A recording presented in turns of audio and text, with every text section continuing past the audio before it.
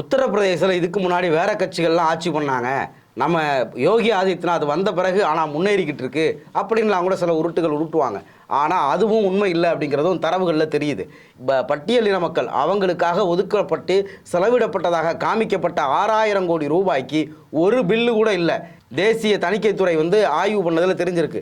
அதாவது நம்ம ஊரில் நம்ம அண்ணாமலை பேசுவார், தலித்களுக்காக ஒதுக்கப்பட்ட பணத்தை இவர்கள் சரியாக பயன்படுத்தவில்லை அப்படின்னு. உத்தரப்பிரதேசத்தில் 6000 கோடி ரூபாய் செலவு பண்ணியிருக்காங்க. ஆனால் அதுக்கு ஒரு பில்லு கூட இல்லை. அரசாங்கம் முறையாக செலவு பண்ணியிருந்தால் அதுக்கு ஆதாரம் இருக்கும். 6000 கோடி ரூபாயை ஒதுக்கி செலவு பண்ணணும் அப்படின்னு சொல்லிட்டாங்களே தவிர எப்படி செலவு பண்ணோம், என்ன திட்டத்துக்கு செலவு பண்ணோம், எங்கே பே பண்ணோம், அப்படி எந்த விதமான ஆதாரமும் இல்லாமல் 6000 கோடி ரூபாயை செலவு பண்ண அரசாங்கம் தான் நம்ம யோகி ஆதித்யநாத்தோடைய அரசாங்கம்.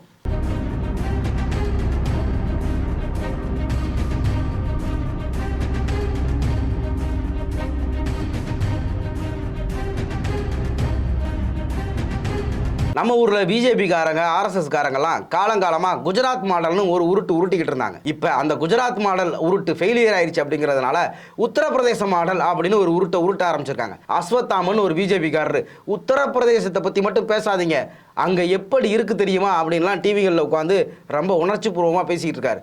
அஸ்வத்தாமனில் ஆரம்பித்து நம்ம ஆர்எஸ்எஸோடைய அதிகாரப்பூர்வ பத்திரிகையான சுவராஜ் வரைக்கும் இன்னைக்கு உத்தரப்பிரதேசம் வளர்ந்து விட்டது அப்படின்னு ஒரு கதை விட்டுக்கிட்டு இருக்காங்க.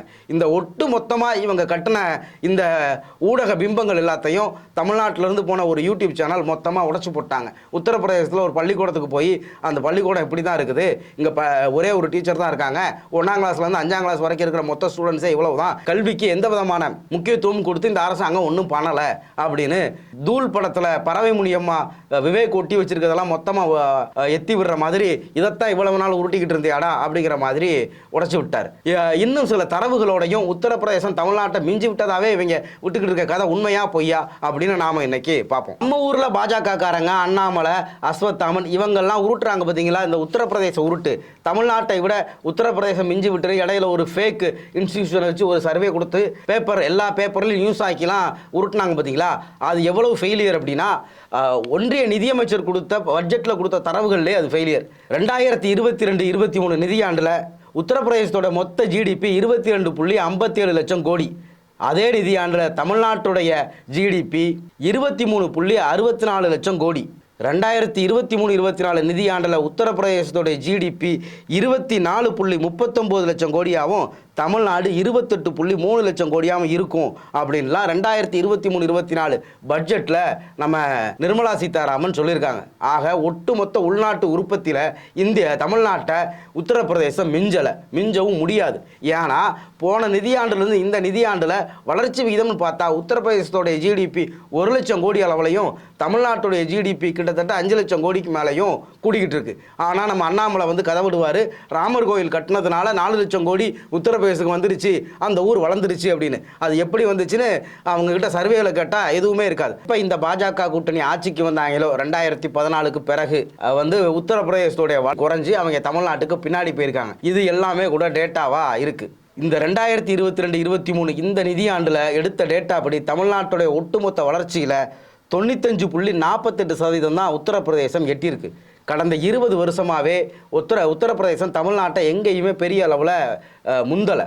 உத்தரப்பிரதேசத்தில் இதுக்கு முன்னாடி வேற கட்சிகள்லாம் ஆட்சி பண்ணாங்க, நம்ம யோகி ஆதித்யநாத் வந்த பிறகு ஆனால் முன்னேறிக்கிட்டு இருக்கு அப்படின்லாம் கூட சில உருட்டுகள் உருட்டுவாங்க. ஆனால் அதுவும் உண்மை இல்லை அப்படிங்கிறதும் தரவுகளில் தெரியுது. ஏன்னா சமீபத்தில் உத்தரப்பிரதேச பட்ஜெட்டில் போடப்பட்ட பல ஒதுக்கின பணம் பாதிக்கு மேலே அவங்க செலவு பண்ணாமல் திருப்பி அனுப்பியிருக்காங்க. 2019-20 இந்த பட்ஜெட்டில் உத்தரப்பிரதேசத்துக்கு ஒதுக்கின பணத்தில் கிட்டத்தட்ட 20% செலவிடப்படாமலே திருப்பி அனுப்பியிருக்காங்க. அது மட்டும் இல்லாமல் பட்டியலின மக்கள் அவங்களுக்காக ஒதுக்கப்பட்டு செலவிடப்பட்டதாக காமிக்கப்பட்ட 6000 கோடி ரூபாய்க்கு ஒரு பில்லு கூட இல்லை. தேசிய தணிக்கைத்துறை ஆய்வு பண்ணதில் தெரிஞ்சிருக்கு. அதாவது நம்ம ஊரில் நம்ம அண்ணாமலை பேசுவார், தலித்களுக்காக ஒதுக்கப்பட்ட பணத்தை இவர்கள் சரியாக பயன்படுத்தவில்லை அப்படின்னு. உத்தரப்பிரதேசத்தில் 6000 கோடி ரூபாய் செலவு பண்ணியிருக்காங்க. ஆனால் அதுக்கு ஒரு பில்லு கூட இல்லை. அரசாங்கம் முறையாக செலவு பண்ணியிருந்தால் அதுக்கு ஆதாரம் இருக்கும்.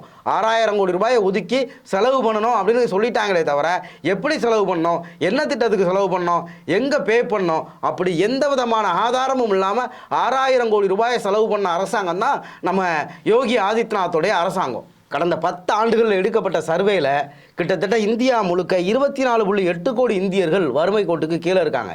இதில் தமிழ்நாட்டில் இருக்கக்கூடிய மக்களுடைய வறுமை கோட்டுக்கு கீழே இருக்கவங்களுடைய எண்ணிக்கை வெறும் 2%.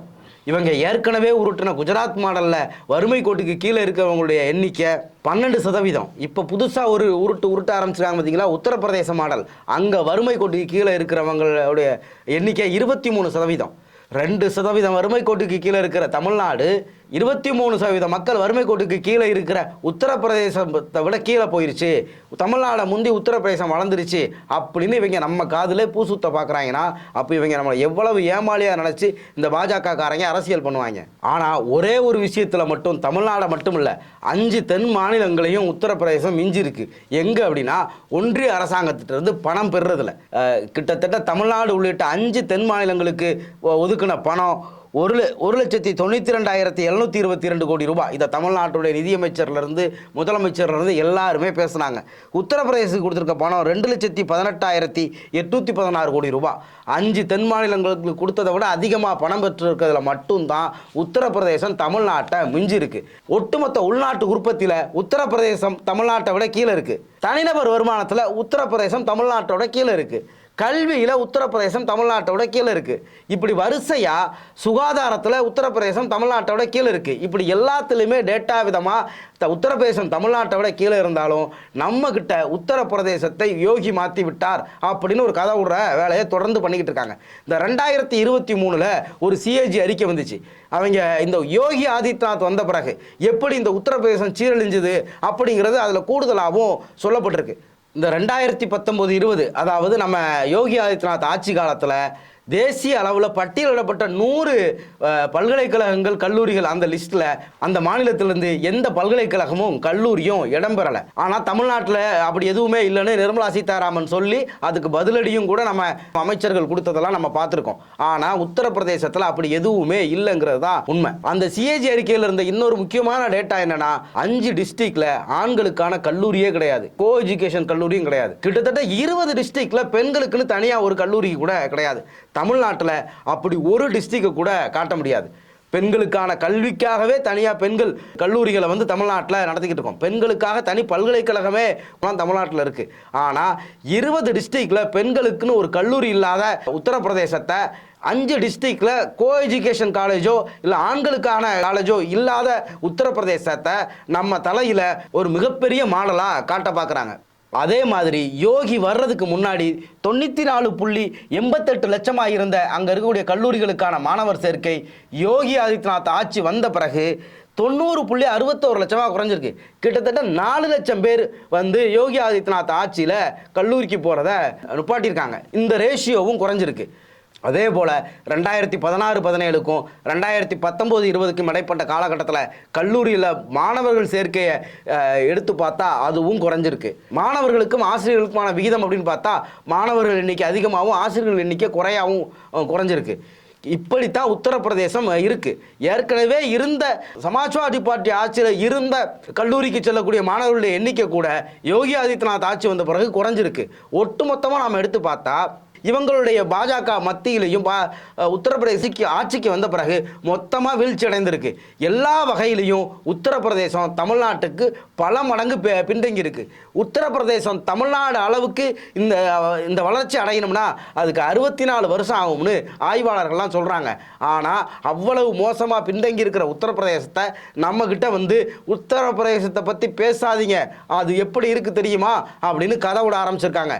நாம் ரொம்ப உஷாராக இல்லைனா இந்தியா முழுக்க எப்படி குஜராத் மாடல்னு சொல்லி 10 வருஷம் மோடியை நம்ம தலையில் கட்டி விட்டாங்களோ அதே மாதிரி யோகி ஆதித்யநாத்தை கட்டி விட்டுருவாங்க. அதனால் இந்த பாஜக காரங்க மேடையில் பேசுகிறது டிவியில் பேசுகிறதான் பார்த்துட்டு உண்மைன்னு நம்பிடாதீங்க. அது முழுக்க இப்படி பொய்யா தான் இருக்கும்.